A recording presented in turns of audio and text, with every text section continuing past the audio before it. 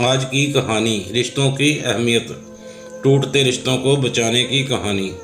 एक ऐसी कहानी जो आज के समय पर बिल्कुल सटीक बैठती है। पारिवारिक कलह और परिवारों के टूटने की कई घटनाएं आपने कई बार सुनी होंगी, लेकिन कुछ लोग ऐसे भी होते हैं जो अपनी समझदारी से हर समस्या का हल ढूंढ लेते हैं। बस ज़रूरत होती है तो एक एहसास की। तो आइए पढ़ते हैं ऐसी एक कहानी। राज आज दफ्तर से दोपहर में ही आ गया। पत्नी ने देखा कि राज बहुत परेशान लग रहा है तो तुरंत ही पूछ लिया, क्या हुआ जी, आप ठीक तो है ना?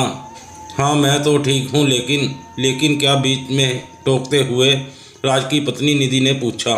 राज के माथे पर चिंता की लकीरें दौड़ रही थी और उन्हीं लकीरों पर पसीने की बूंदें ऐसे तैर रही थी मानो कुछ लिखकर बयान करना चाहती हो। आप कुछ बोलते क्यों नहीं? निधि ने एक बार फिर से पूछा, लेकिन राज अभी भी जवाब देने की हालत में नहीं लग रहा था। फिर भी उसने हिम्मत करके बताने की कोशिश की। तुम्हारे पापा का फ़ोन आया था, सब ठीक तो है ना? बीच में टोकते हुए उसकी पत्नी बोली।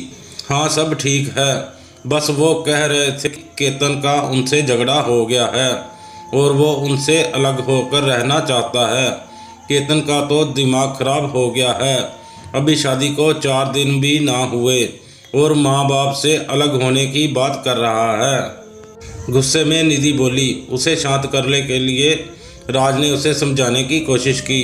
हो सकता है केतन सही हो, तुम्हारे माता पिता ने ही कुछ गलत किया हो।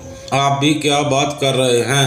मैं बचपन से जानती हूँ अपने माँ बाप को, वो गलत नहीं हो सकते जिन्होंने मुझे पाल पोस कर इतना बड़ा किया। क्या तुम्हें लगता है कि वो गलत हो सकते हैं? लेकिन हम इसमें क्या कर सकते हैं? मुझे अभी जाना है केतन के पास, उससे पूछूंगी मैं कि उसकी ऐसा करने की हिम्मत कैसे हुई। लेकिन क्या इस समय जाना सही होगा? ये सब मैं नहीं जानती, मुझे जाना है तो जाना है। बस इस स्थिति में राजनिधि को किसी भी तरह नहीं रोक सकता था, इसलिए उसने उसके साथ जाना ही ठीक समझा। निधि और राज की शादी को 8 महीने हो चले थे। केतन निधि का भाई था, उसकी शादी को अभी 3 ही महीने हुए थे। निधि अपने मायके पहुंची, अभी राज कार में से उतर ही रहा था। इतनी देर में तो निधि दरवाजे से घर के अंदर भी दाखिल हो गई। ड्राइंग रूम में निधि के पिता बैठे थे। निधि गुस्से में तिल मिलाई हुई उनके पास पहुंची और बोली, कहाँ है केतन? लगता है उसका दिमाग खराब हो गया है।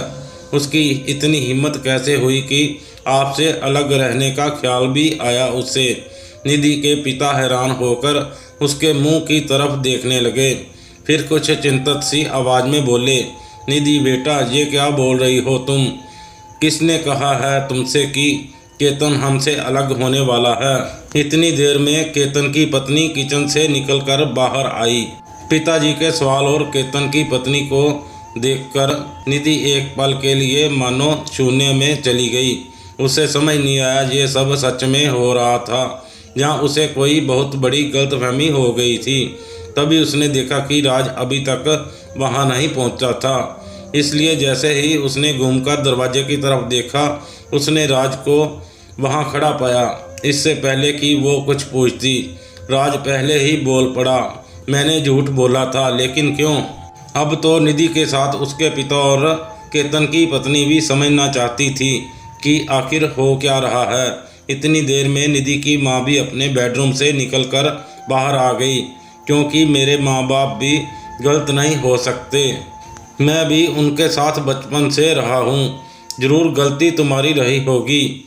निधि सब समझ चुकी थी, उसे एहसास हो चुका था। निधि की आंखें आंसुओं से भर चुकी थी और वो कांपती हुई आवाज़ में बोली, हम आज ही माँ बहू जी को घर ले आएंगे। लेकिन वो गए ही कहाँ है? क्या मतलब? मुझे पता था तुम्हें रिश्तों की अहमियत जल्द ही समझ आ जाएगी, इसलिए मैं उन्हें बड़ी दीदी के यहाँ छोड़ दिया था। तुम्हारे घर जाने से पहले वो घर पहुँच जाएंगे। आप भी ना? फिर निधि ने राज को गले से लगा लिया। फिर दोनों अपने घर को चल पड़े। बस यही है रिश्तों की अहमियत। जैसा आप अपने लिए चाहते हो वैसा ही अपने जीवन साथी के साथ व्यवहार करो। जीवन खुद ब खुद मज़ेदार हो जाएगा। तो दोस्तों, आज की कहानी रिश्तों की अहमियत अगर आपको पसंद आई तो इसे लाइक करें, शेयर करें, और अगर आपने हमारा चैनल अभी तक सब्सक्राइब नहीं किया तो चैनल को अभी सब्सक्राइब करें और साथ ही बेल आइकन का बटन दबाकर ऑल पर कर लें, ताकि हमारी आने वाली सभी कहानियों का नोटिफिकेशन आप तक सबसे पहले पहुंच सके। अपना कीमती समय देने के लिए बहुत बहुत धन्यवाद।